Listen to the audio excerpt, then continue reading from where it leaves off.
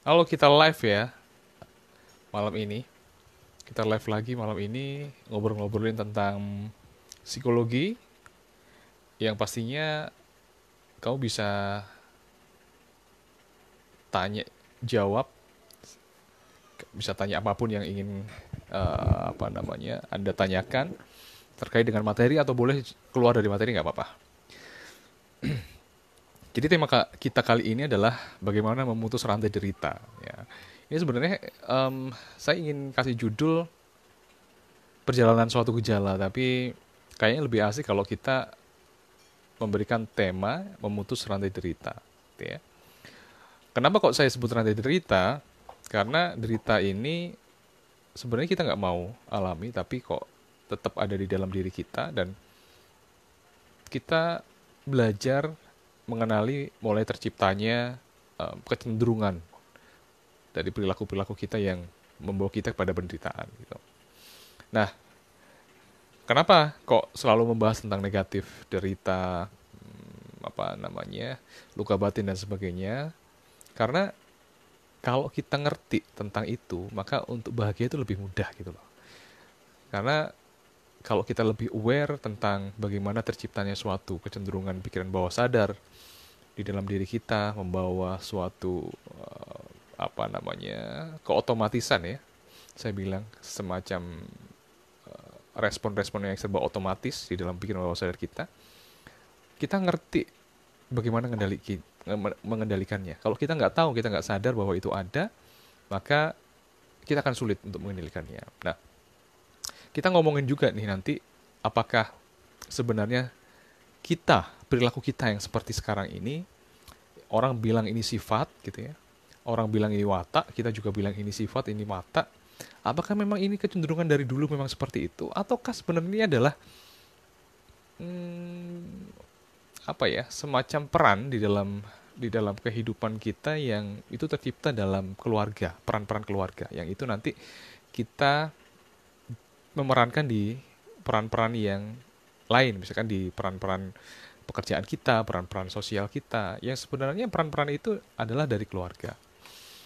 Nah, em, untuk itu siapkan pertanyaan yang mungkin Anda miliki, ya. Pembahasan kita akan menjadi panjang kali lebar kalau tidak ada pertanyaan yang kontekstual. Jadi silakan Anda siapkan nanti pertanyaan-pertanyaan yang kontekstual. Sambil menunggu yang lain datang, karena kalau ngomong nggak banyak yang datang, nanti mereka ketinggalan hanya lihat video rekamannya. Maka silahkan teman-teman komen di sini hadir gitu ya. Saya lihat di sini ada Mas Tri. Halo Mas Tri. Ada Bro Afik. Ada teman saya nih Mbak Heni yang Graini. Ini dosen di Malang nih sekarang. Halo Hen, apa kabarmu? Terus ada teman-teman yang lain. Ada Bu Susilawati. Ada siapa lagi? Tolong teman-teman di like, komen, atau share ya. Biar teman-teman yang lain bisa dapat manfaat ya dari obrolan kita yang berfaedah ini. Oke, apa kabarnya hari ini teman-teman? Puasanya lancar ya? Udah terawih belum tadi? Ya.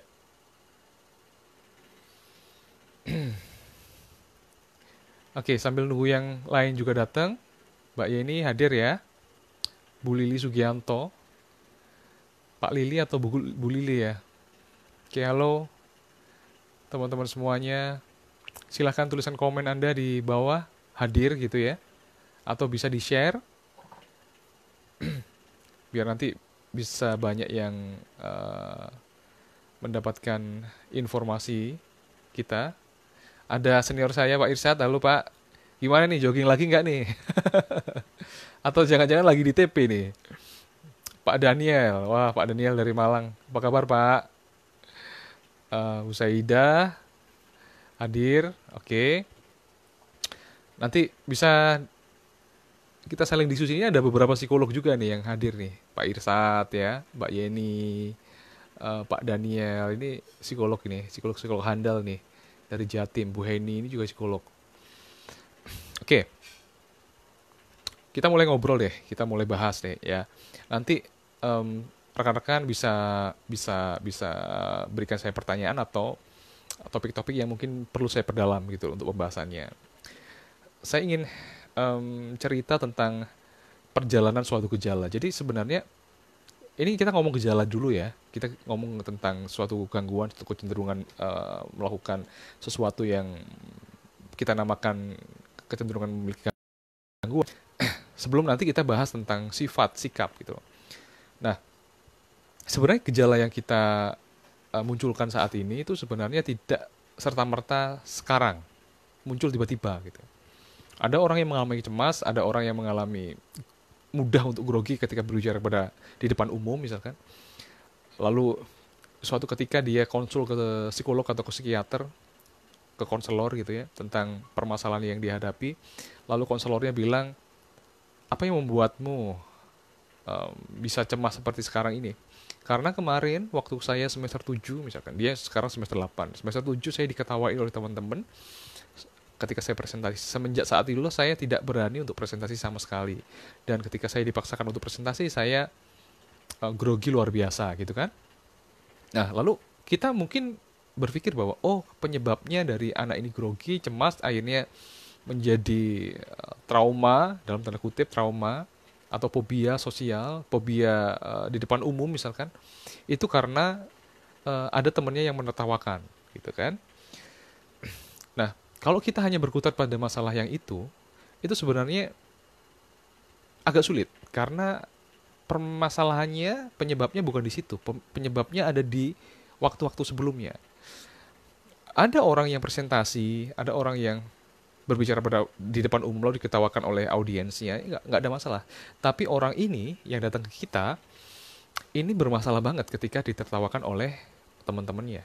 Tapi padahal teman-teman yang lain nggak gitu. Teman yang lain nggak ketika presentasi. Ini kenapa? Di situ ada kerentanan. Ada kerentanan yang sudah terbawa oleh orang ini, yang itu dimulai dari waktu-waktu sebelumnya. Nah, kalau dalam teori sudut atau sudut pandang hipnoterapi ini namanya kita ada yang mengenal initial sensitizing event, subsequent sensitizing event. Jadi ada peristiwa yang pertama kali muncul yang itu membuat suatu perasaan tertentu, lalu ada peristiwa yang kedua yang itu menambah perasaan yang pertama itu muncul, ada peristiwa yang ketiga, yang keempat, yang kelima, yang keenam, yang ketujuh, dan seterusnya, akhirnya membentuk suatu gejala yang besar, yang itu dinamakan event activating, atau peristiwa yang memicu, mengaktifkan suatu gejala yang dinamakan, yang tadi kita sudah bahas, yaitu kecemasan itu. Tapi sebenarnya kecemasan itu tidak hanya disebabkan oleh waktu-waktu kemarin, tapi sudah terbawa dari jauh-jauh hari yang dinamakan dengan kerentanan itu tadi. Saya akan berikan suatu cerita yang ini akan mempermudah kita memahami tentang konsep yang saya ingin jelaskan ya. Jadi sebut saja namanya Budi, seorang laki-laki yang memiliki kecemasan yang mengganggunya ketika ia berhadapan dengan orang baru. Di pikirannya selalu muncul prasangka bahwa orang lain itu tidak akan menerimanya. Orang lain tidak mau berteman dengannya dan pikiran-pikiran lain yang serupa. Ya. Budi adalah anak kedua dari 2 saudara. Semenjak kecil ia sering melihat ibu dan ayahnya sering bertengkar. Orang tuanya bercerai saat ia berusia 7 tahun. Ia dan kakaknya dibesarkan oleh ibunya seorang diri. Semenjak kecil ia melihat ibunya berjuang sendiri dan menderita dengan kehidupan. Suatu ketika ia melihat ibunya bertengkar dengan keluarga ayahnya, dan ibunya mengatakan bahwa keluarga ayahnya adalah orang-orang jahat. Jadi ibunya ini sering bercerita kepada si Budi bahwa keluarga ayahnya itu adalah keluarga yang jahat, selalu menzolimi si Budi gitu kan. Keluarga si Budi maksud saya, ibunya si Budi. Selain keluarga ayahnya, ternyata sang ibu ini juga tidak akur dengan keluarganya sendiri. Ia dimusuhi oleh kakak-kakaknya dan saudara jauhnya. Jadi selain tidak akur dengan keluarga mantan suaminya, si ibunya Budi ini juga nggak akur dengan keluarganya sendiri. Dan itu sering sering diceritakan ke Budi. Secara nggak langsung Budi juga melihat pertengkaran itu, tapi secara langsung juga ibunya punya persepsi, punya interpretasi tentang keluarga itu nggak baik. Yang itu diceritakan pada Budi. Hal inilah yang membuat Budi sensitif dengan penolakan orang lain. Jadi Budi akhirnya menjadi sensitif terhadap penolakan orang lain dari em, cerita ya, dari cerita ibunya yang sering ditolak oleh keluarganya maupun keluarga mantan suaminya. Budi merasa sedih dan kecewa berlebihan jika ada teman yang tidak menemaninya. Sejak SD, Budi menjadi pemalu dan penakut saat interaksi dengan teman-temannya. Itu membuat teman-temannya juga akhirnya tidak mau menemani Budi karena memang Budi tidak asik, pendiam, dan kurang mau bergaul. Jadi, karena Budi ini sudah mulai memiliki sensitivitas terhadap penolakan karena mendengar cerita-cerita mamanya yang itu ditolak, yang keluarganya itu menolaknya, mengabaikannya, dan seterusnya, ya. Akhirnya Budi mempunyai rasa sensitif terhadap penolakan. Sehingga ketika dia bergaul dengan teman-temannya, dia merasa bahwa teman-temannya akan menolak dia. Gurunya akan menolak dia, dan teman-teman yang banyak di kelas itu akan tidak menghiraukan dia. Itu persepsi Budi, dan akhirnya apa? Dia menarik diri. Dia nggak mau bergaul, malu atau grogi saat bergaul karena takut ditolak tadi. Akhirnya dia nggak punya teman. Dari sini Budi mempersepsikan bahwa teman-temannya memang benar tidak mau bergaul.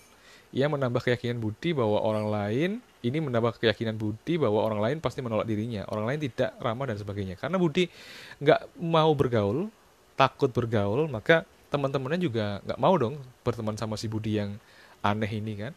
Akhirnya ketika teman-temannya nggak mau berteman sama Budi, ini menambah keyakinan Budi untuk berpendapat bahwa, nah bener kan kalau apa namanya aku ini nggak pantas, aku nggak punya teman gitu loh.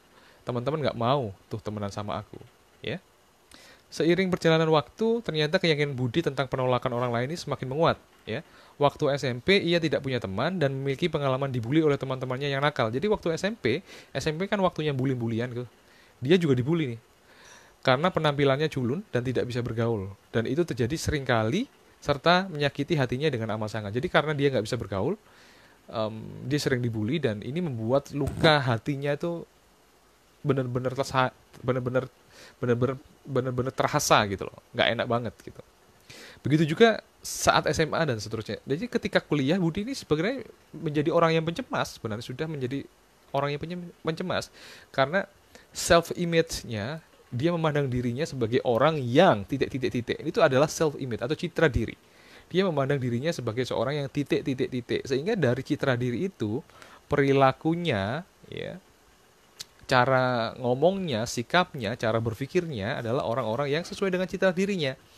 Selaras gitu. Seperti yang kita bahas kemarin bahwa pikiran bawah sadar selalu menyelaraskan apa yang ada di dalam pikiran dengan apa yang ada di luar.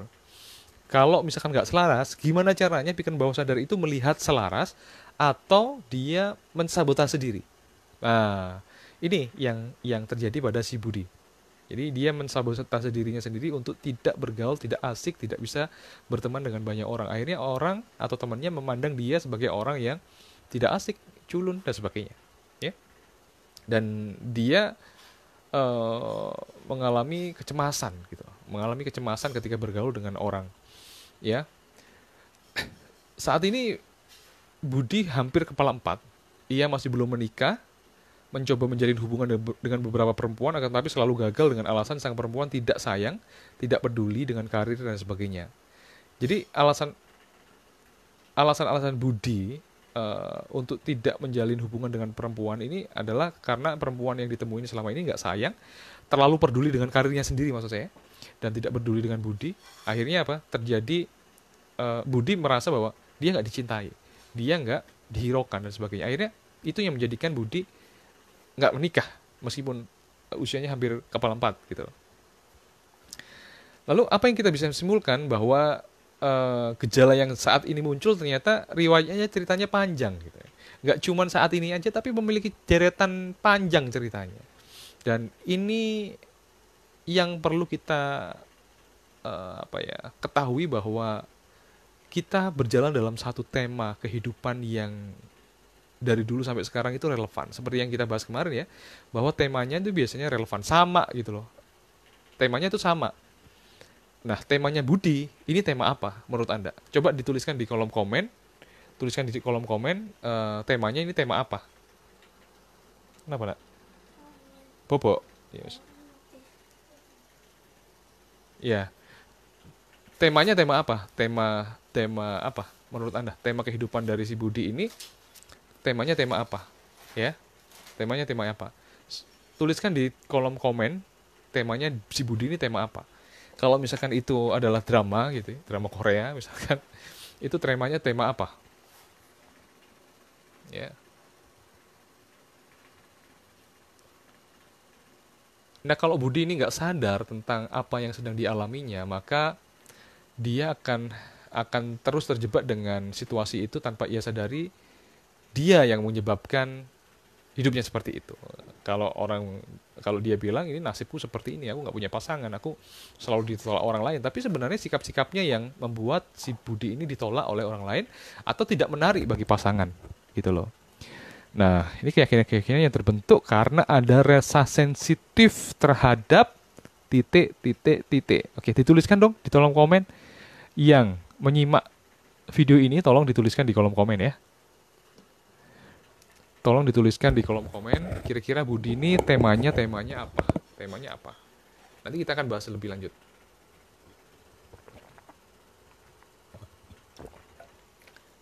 Temanya si Budi ini apa?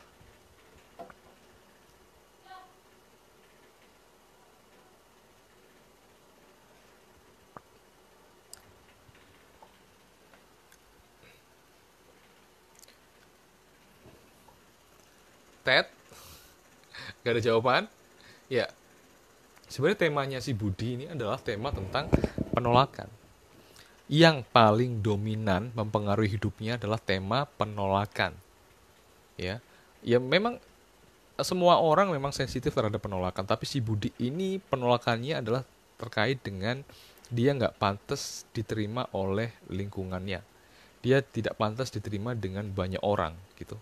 Sehingga dia mengalami hal-hal ini, ya. Nah, saya ingin ngomong tentang em, drama kehidupan. Jadi si Budi ini kan mempersepsikan bahwa orang lain itu tidak menerima dia. Ingat ya, mempersepsikan. Mempersepsikan itu belum tentu kenyataan, tapi persepsi si Budi. Nah, kenyataannya kayak apa? Sebenarnya kenyataannya juga teman-temannya fine-fine aja. Merasa nggak ada masalah dengan penerima si Budi. Budi ada atau enggak juga nggak ada masalah gitu loh. Jadi kalau Budi mau bergaul juga nggak ada apa-apa, nggak ada masalah, bagus gitu loh. Tapi si Budi ini yang mempersepsikan dirinya ditolak gitu. Jadi ini membuat lingkungan juga mewujudkan apa yang diinginkan Budi, yang dipersepsikan Budi gitu loh. Karena pikiran dan lingkungan itu sifatnya timbal balik gitu loh. Jadi penyebab juga. Nah, kita ngomongin tentang peran-peran dalam kehidupan. Jadi waktu kecil si Budi ini berada di dalam suatu lingkungan yang membuat dia paham bahwa membuat dia memahami bahwa dirinya itu ditolak, keluarganya itu ditolak gitu loh. Nah, waktu kecil ya, ini ada yang dinamakan skema. Skema itu adalah semacam apa ya? Suatu peta kognitif yang itu nanti akan menjadi dasar dari pemahaman-pemahaman selanjutnya. Jadi kalau dia si Budi ini skemanya di dalam pikirannya itu peta kognitifnya itu adalah keluarga ya itu jahat, menolak saya. Mama menderita gitu kan? Mama menderita. Itu skemanya si Budi. Atau saya tidak berharga gitu. Nah, hal-hal yang lain, pemahaman-pemahaman yang lain setelah itu hanya menguatkan dari skema yang sudah didapat waktu Budi kecil. Apapun yang terjadi nanti, kecenderungannya adalah menuruti skema, menuruti pondasinya. Jadi kalau misalkan dia bergaul dengan teman-temannya, dia sudah merasa tuh, ditolak. Dia merasa tuh nggak berharga. Apapun yang terjadi itu semacam yang tidak cocok dengan skema akan disingkirkan, yang cocok akan dimasukkan. Gitu loh. Jadi dia hanya mengadopsi yang cocok dengan skemanya saja. Dan itu terus-menerus seperti itu. Sampai dia besar sehingga perjalanan kehidupannya membentuk suatu tema, yaitu tema tentang penolakan, ketidakberhargaan, dan seterusnya. Nah, bisa nggak ini dirubah gitu loh? Bisa nggak? Bisa, bisa. Kalau dia mau mengadopsi keyakinan baru, maka dia harus melakukan penggabungan atau asimilasi. Penggabungan dari sesuatu yang baru digabungkan dengan skema yang lama, dikoreksi, lalu dihasilkan alur yang baru gitu loh. Kalau seandainya si Budi itu ngerti bahwa perjalanan hidupnya yang membuat reaksi-reaksi otomatisnya seperti itu, dan dia akhirnya bisa mengadopsi keyakinan-keyakinan yang baru yang itu lebih memberdayakan, maka skema yang awal, skema yang dasar itu bisa dikoreksi dan akan eh, berjalan dengan arah yang berbeda. Nah, jadi peran kita sebagai korban, peran si Budi jadi korban waktu itu diperankan terus-menerus. Diperankan terus-menerus, gini. Jadi ketika Budi ini sebagai peran yang menderita, ya, dia menjadi korban. Lalu ada orang-orang yang lebih lebih lebih tinggi kedudukannya, misalkan keluarga dari ayahnya yang kaya misalkan, itu mengabaikan si Budi. Nah, kalau dia masih terjebak pada tema ini, pada drama ini, maka ketika dia kaya, ketika dia itu memiliki harta yang perannya itu mirip dengan keluarga ayahnya atau keluarga ibunya yang itu mengabaikan si Budi, maka dia lebih mudah untuk berespon secara otomatis, ya, berespon secara otomatis, apa namanya, untuk mengabaikan orang lain yang mirip sama Budi. Bisa dipahami ya? Gampangnya gini nih. Ada orang yang dulunya mulai dari kecil itu dibully gitu. Dendam banget ketika dia dibully karena dia nggak berdaya. Suatu ketika dia sudah menjadi kakak kelas.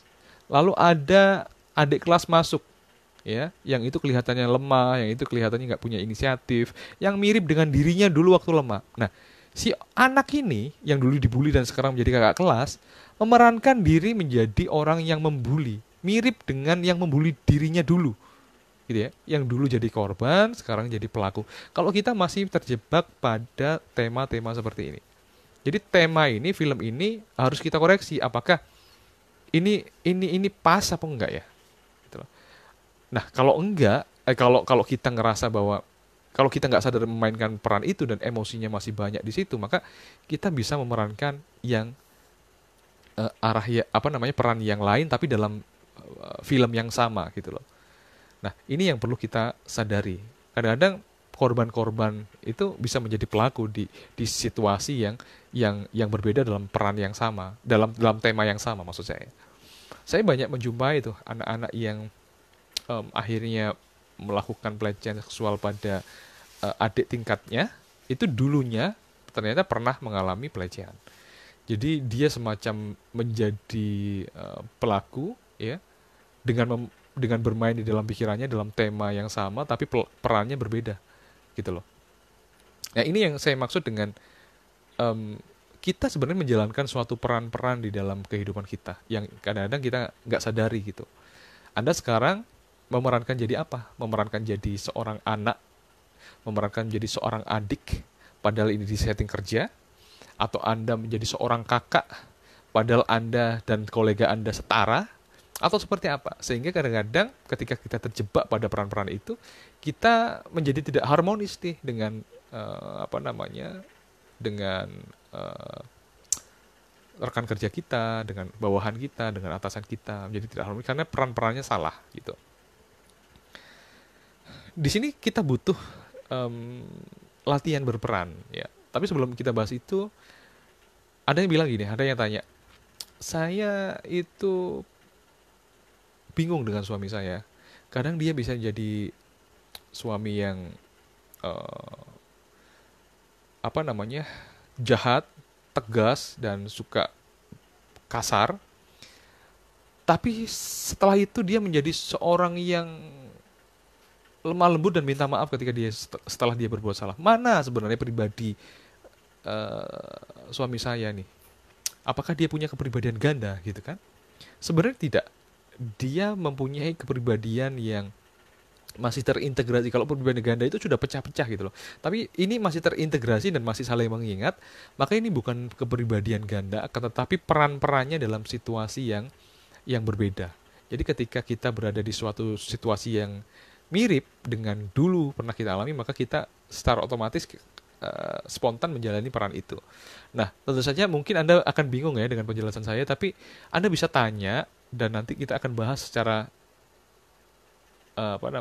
detail ya. Saya menjawab pertanyaan Anda biar konteksnya tepat gitu. Oke, ada pertanyaan nggak? Sebenarnya sifat kita ini sebenarnya memang dari sananya, ya, atau sebenarnya terbentuk dari lingkungan? Ini kan pertanyaannya kan. Misalkan Anda pemarah gitu ya, sukanya marah-marah, bentak-bentak gitu. Apakah itu aslinya diri Anda, ataukah itu sebenarnya hasil dari proses psikologis gitu loh, yang itu akhirnya menjadikan diri Anda sekarang, dan itu bisa berubah ketika situasinya berubah gitu. Nah, itu kan yang perlu kita bahas kan. Oke, silakan jika ada pertanyaan. Ini ada pertanyaan dari Ibu Susilawati. Saya ingin bertanya, maaf jika di luar tema, bagaimana cara menghadapi pasangan yang toksik, manipulatif, Mas Danang? Oke. Menghadapi pasangan yang toksik dan manipulatif adalah dengan cara jangan mau dimanipulasi gitu. dan jangan teracuni dengan toksiknya gitu. Toksik yang seperti apa menurut Anda? Tolong diperdetil toksiknya itu kayak apa dan manipulatifnya itu seperti apa. Jadi kita itu tetap dibohongi karena kita bisa dibohongi. Kalau kita nggak bisa dibohongi, orang yang bohongi kita juga nggak akan membohongi karena cara-caranya nggak relevan, nggak berhasil, ya. Berarti kalau kita masih mudah dibohongi, berarti itu menimbulkan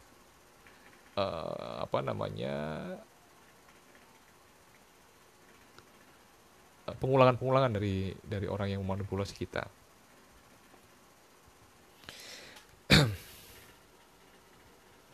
Sebelum nanti saya akan bahas bagaimana caranya untuk mengubah peran-peran itu, ya. Pernah nggak Anda melihat menjumpai orang yang sudah dewasa tapi perilakunya kayak anak kecil gitu ya? Di suatu kantor gitu ya. Tapi perilakunya itu kayak anak kecil. Kayak anak kecil banget gitu. Kayak Anda melihat kayak anak-anak kecil, tapi dia cara berpikirnya, cara mengerjakan tugasnya kayak orang dewasa karena dia pinter gitu. Ada nggak kayak gitu? Berarti dia lagi memerankan dirinya yang masih kecil dan itu eksis gitu loh. Nah, hal-hal seperti itu nggak muncul serta merta langsung muncul, tapi itu ada perjalanannya, ada riwayatnya gitu.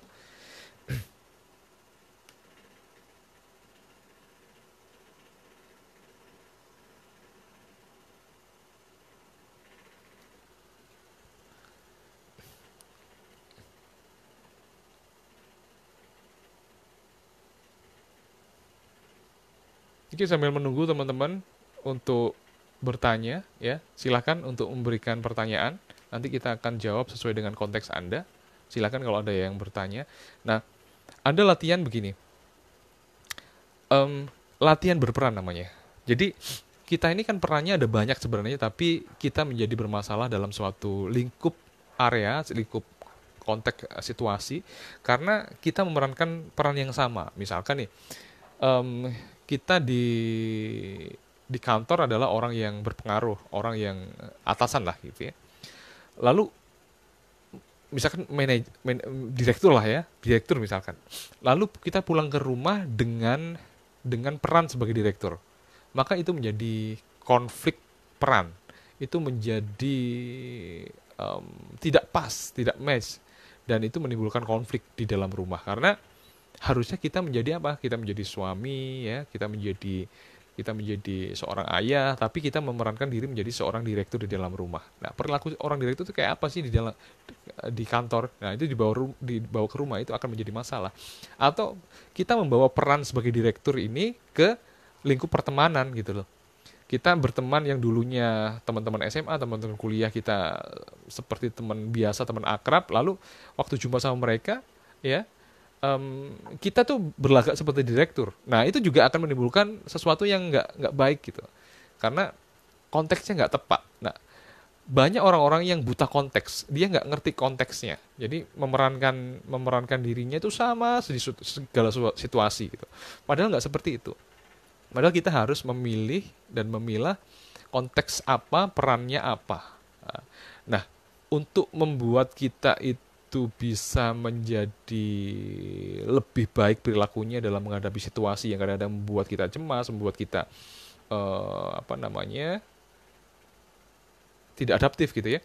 Maka kita perlu latihan untuk berperan. Misalkan gini nih, ketika Anda cemas ketika wawancara misalkan, itu berarti kan Anda sedang memerankan diri yang jangan-jangan nanti aku melakukan kesalahan gitu kan. Memerankan diri menjadi seorang yang tidak becus, memerankan diri yang sebagai orang yang banyak salah dan sebagainya. Nah, Anda tuh bisa mengubah state of mind Anda dengan seolah-olah memerankan menjadi orang yang berwibawa. Siapa sih orang yang berwibawa itu di dalam kehidupan Anda? Oh, ayah misalkan. Oh, diriku kalau berjumpa dengan apa namanya, dengan teman-temanku misalkan. Anda bisa memerankan itu, atau Anda bisa memerankan diri sebagai teman tuh sama si wawancara. Ya, Anda bayangin dia itu adalah teman Anda, atau bayangin dia itu adalah orang yang ramah, dan Anda berperan dalam tanda kutip berpura-pura di dalam pikiran Anda, tapi secara nyata ya, bersandiwara tapi secara nyata, bersandiwara bahwa Anda adalah temannya, bahwa Anda adalah orang yang berwibawa dan sebagainya. Nah, peran yang Anda hayati inilah yang akhirnya menjadikan respon-respon pikiran Anda menjadi lebih baik. Anda nggak cemas lagi, tapi harus bisa memerankan. Oke, saya mau jawab pertanyaannya Mbak Yeni. Mas, saya pernah dengar nih orang-orang yang rentan dengan penolakan ini udah dialami sejak dalam kandungan. Misalnya nih anak yang tidak diinginkan gitu, bener nggak? Ada suatu teori memang begitu ya. Jadi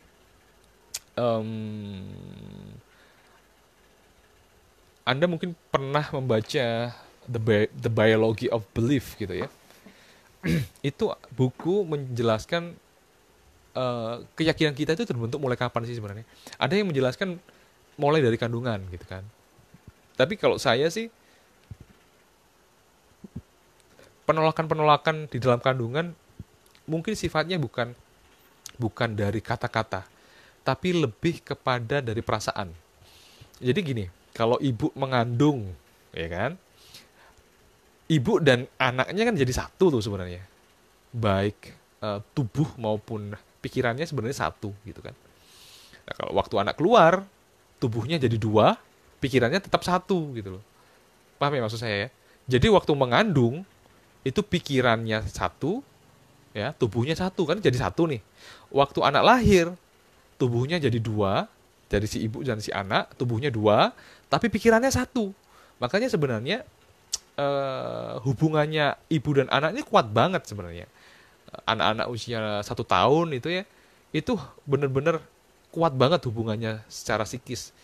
Makanya ketika psikisnya ibunya terganggu, ya, waktu anak usianya belum 1 tahun, itu juga anak akan kerasa, kedampaknya juga ada.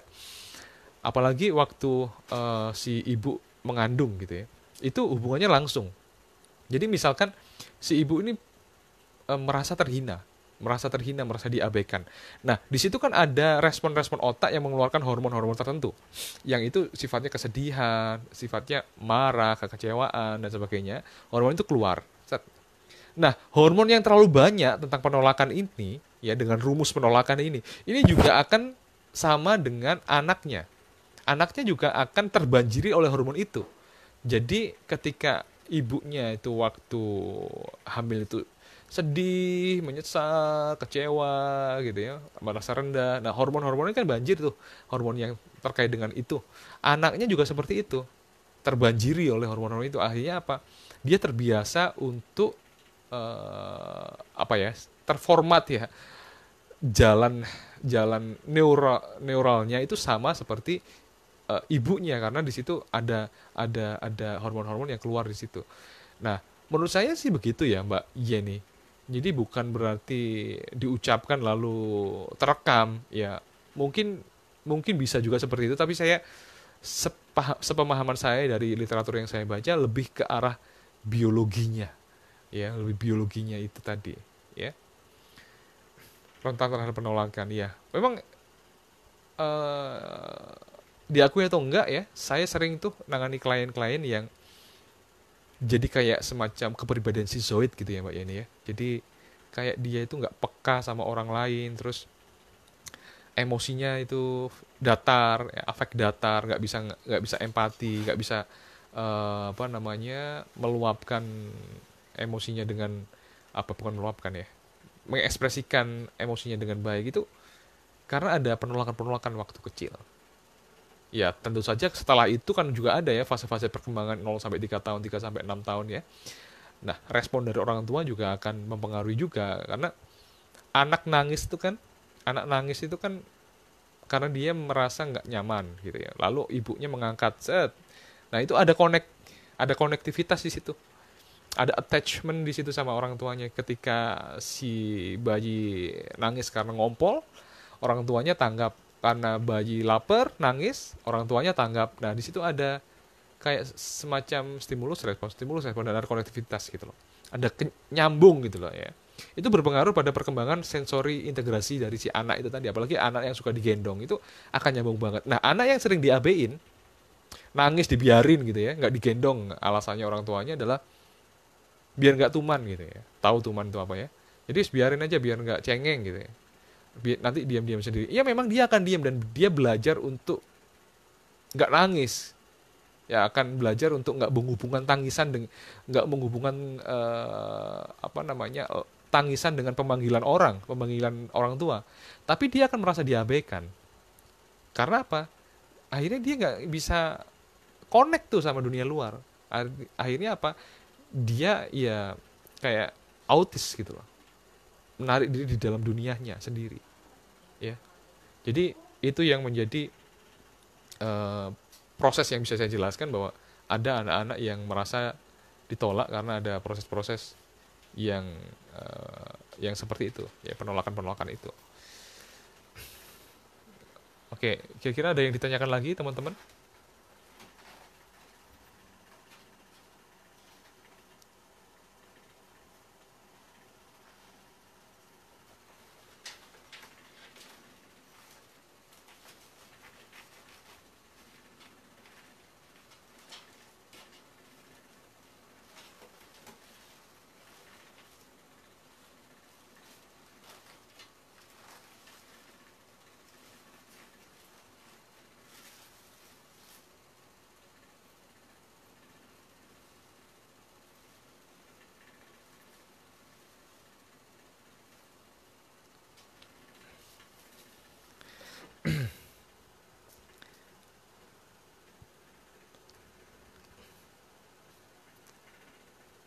Nah, caranya lagi ya untuk memutus rantai derita ini adalah dengan cara kita menjadi pengamat. Kita mengamati, kita jangan menjadi eh, apa ya, semacam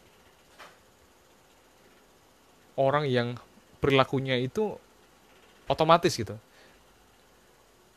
Jadi kalau misalkan ada stimulus A, kita reaksinya B itu secara otomatis. Tapi kita mesti ngamatin, apa ya hubungannya dari A sama perilaku B ini? Apa hubungannya dengan masa laluku dan sebagainya? Ketika ada dorongan ingin marah, ketika dorongan ingin em, ber, ber- berperilaku cemas itu hadir, maka Anda bisa amati sebagai orang yang mengamati diri Anda sendiri. Orang yang ketiga lah ya, ngelihat diri kita sendiri. Aku ini kenapa sih sebenarnya? Aku ini kenapa sih sebenarnya? Oh iya iya, aku ini marah. Oh aku ini cemas dan sebagainya. Ini adalah latihan yang namanya disosiasi. Kita terpisah dari diri kita sendiri dan kita mengamati diri kita yang sedang apa. Nah, ini diperlukan keterampilan, teman-teman. Jadi keterampilan yang memang kita harus asah, ya. Misalkan nih, aku kok sering ya dimarahin sama suamiku. Kenapa? Oh, ternyata ketika aku mengerjakan sesuatu, ternyata nggak berkenan di hati suamiku. Dan ketika aku dimarahin suamiku, aku tuh diem aja. Sehingga suamiku marah-marahnya tambah diulang. Oke. Nah, ketika ada dorongan untuk melakukan kesalahan atau sedang dimarahin suami, Anda bisa mengamatin tuh. Sebentar, aku amatin dari orang lain, kira-kira prosesnya kayak apa nih? Oh ya, begitu ya. Jadi apa yang harus aku lakukan? Nah, ketika Anda melakukan disosiasi, Anda terpisah dari masalah itu. Anda tidak jadi masalah dan Anda terpisah dari masalah itu. Oke.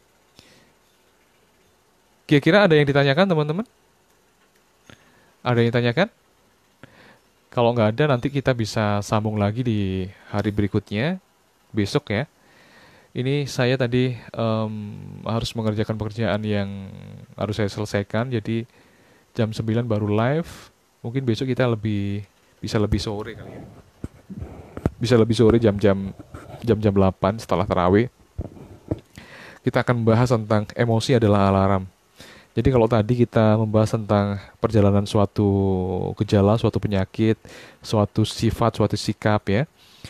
Besok kita akan membahas tentang alarm. Emosi adalah alarm. Nah, kesimpulan dari materi kita hari ini adalah bahwa apa yang ada di dalam diri kita, apa yang kita lakukan, peran saya ini seperti ini. Misalkan Danang adalah seorang yang pemarah, kadang-kadang ceria gitu ya. Kadang-kadang sensitif dan sebagainya. Ini bukan kita yang dari awal-awal dulu seperti ini, tapi seringkali ini adalah terbentuk dari stimulus respon, ini dari situasi yang membuat kita memunculkan reaksi-reaksi seperti ini dan adanya pengulangan-pengulangan yang itu memperkuat sikap-sikap kita. Kenapa saya katakan ini bukan diri kita? Bahwa kadang-kadang di satu situasi kita menjadi diri yang lain gitu loh. Waktu kita pulang ke rumah gitu misalkan, kita menjadi diri yang lain karena di situ ada orang tua kita. Respon-respon kita, cara berpikir kita bisa menjadi tidak sama seperti sekarang gitu. Kalau sekarang mungkin kita dengan suami, dengan istri gitu ya, mungkin kita berperan menjadi seorang yang lain. Tapi ketika kita ada di rumah, di kampung halaman, ya, itu menjadi diri kita yang lain lagi gitu. Ketemu teman SD beda sama ketemu ke teman SMA. Rasain deh. State of mind-nya berbeda loh. Perannya menjadi berbeda loh. Cara berpikirnya berbeda, sikap-sikapnya juga berbeda. Orang-orang lansia mungkin usia-usia 50 tahun, ya, 60 tahun ketika ketemu teman-teman SMA-nya, jadi berbeda loh. Jadi berbeda state of mind-nya. Jadi sebenarnya peran-peran kita itu apa namanya? Sikap-sikap kita, kecenderungan kita, keotomasan kita itu bisa berbeda di setiap situasi. Kita nggak sama gitu loh. Jadi mana diri kita itu yang mana? Diri kita adalah semuanya. Di suatu situasi itu semuanya, yang banyak masing-masing situasi, diri kita adalah itu semuanya. Tapi ada situasi yang akhirnya kita itu memerankannya nggak baik gitu loh. Misalkan dalam kita menghadapi orang yang lebih junior, tapi kita bisa jadi apa namanya senior yang kejam gitu. Padahal waktu kita berhadapan dengan teman biasa itu nggak ada masalah. Tapi ketika kita menghadapi junior, kita menjadi orang yang kejam. Kenapa? Ada peran-peran yang kita perankan di masa lalu, atau kita dulu menjadi orang yang dikejami oleh orang yang dianggap lebih tua atau lebih otoritatif dari kita, misalkan seperti itu. Jadi sebenarnya kita itu yang mana? Kita itu adalah semuanya. Yang perlu kita garis bawahi adalah, yang perlu kita atur adalah bahwa ketika ada suatu peran situasi di mana bahwa jika ada situasi dan kita berperan dengan tidak baik di situ menimbulkan konsekuensi yang jelek bagi pekerjaan kita atau kesehatan kita atau sosial kita, maka itu yang harus diperbaiki, peran itu yang harus diperbaiki. Dan kita tahu bahwa peran itu tidak tiba-tiba muncul, tapi ada riwayatnya. Maka dengan memahami riwayatnya, lalu ngomong dengan diri sendiri yang apa namanya, yang memerankan diri yang di situasi yang kita akhirnya tidak baik cara meresponnya, maka itu menjadi jalan ya, dialog gitu ya. Mungkin lain kali kita bisa deh ngobrolin tentang bagian-bagian diri kita yang kita bisa ajak ngobrol ya. Tapi waktunya mungkin nggak cukup untuk hari ini ya. Mudah-mudahan materi kita ini bermanfaat. Kalau Anda punya pertanyaan, saya akan kasih kesempatan lagi 1 menit untuk Anda bertanya. Silahkan. Besok kita akan bahas tentang emosi adalah alarm ya. Emosi adalah alarm. Jadi sebenarnya emosi yang negatif, emosi yang positif itu hanyalah alarm bagi kita untuk melihat pesannya itu apa. Pesannya itu apa bagi kita. Nah, dengan merespon pesan itu, maka kita akan menjadi lebih baik hidupnya, ya. Jadi sebenarnya emosi, perasaan itu lebih tua daripada akal, daripada pikiran, ya. Dia punya logika sendiri.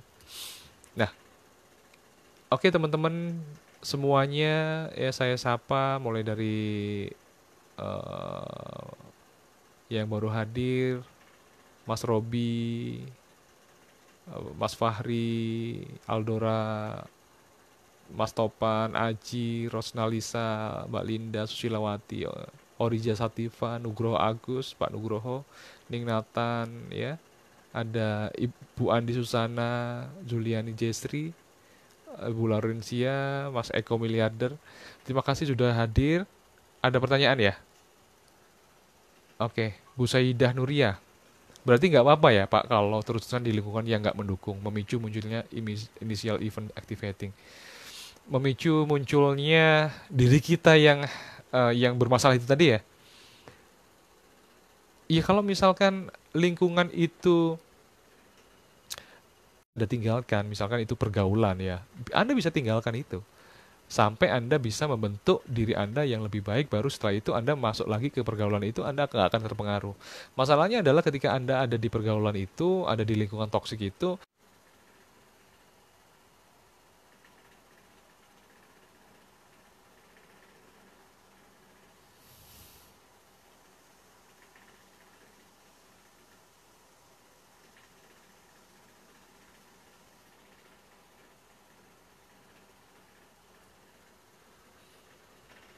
Oke, sorry tadi agak buffering ya. Jadi kalau misalkan Anda masih belum bisa mengelola diri Anda yang masih bermasalah tadi, Anda perlu untuk menjauhi lingkungannya dulu sampai Anda bisa kuat gitu loh untuk merespon dari lingkungan itu. Tapi kalau Anda nggak bisa jauhi, maka ya Anda harus pergi ke terapis kali ya.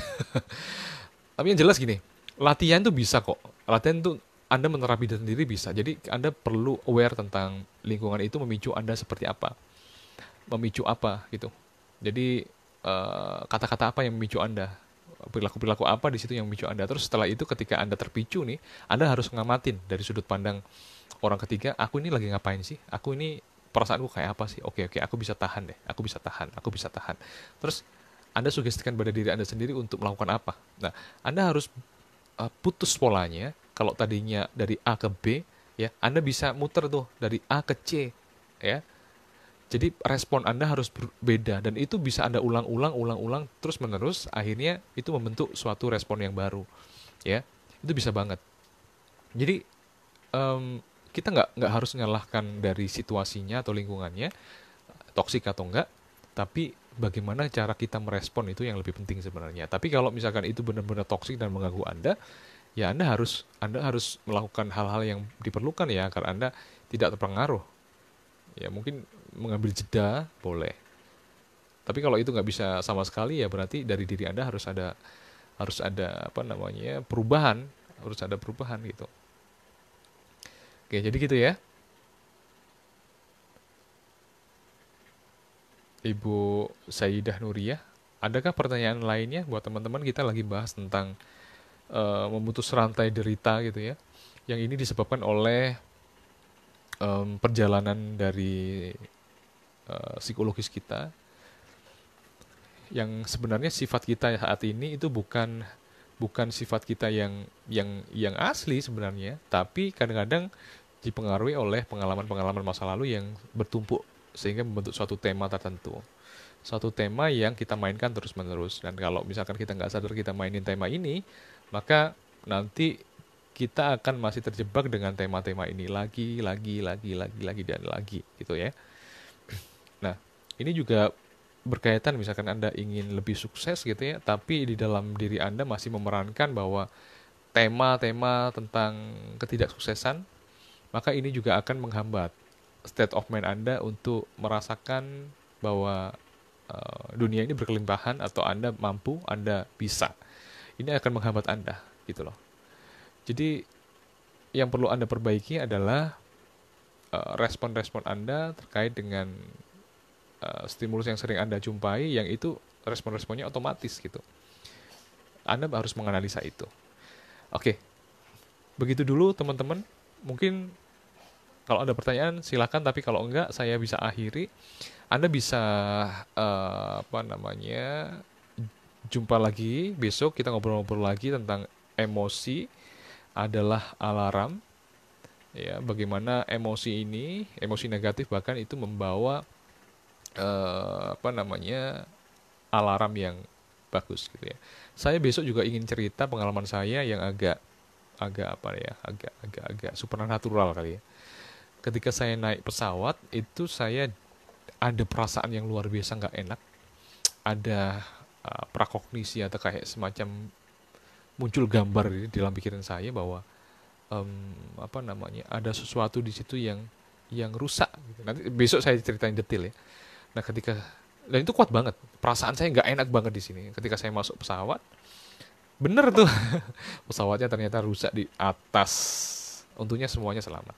Nah, dan itu tidak terjadi hanya satu kali, tapi sering kali seperti itu. Jadi ada perasaan-perasaan di dalam diri kita yang itu sangat sangat positif sebenarnya, meskipun rasanya nggak enak, ya, termasuk kekecewaan kita, kemarahan kita, kejengkelan kita, apa ya, kesedihan kita, itu adalah ada perasaan-perasaan yang seringkali membawa kita menjadi lebih baik sebenarnya, tapi rasanya memang nggak enak.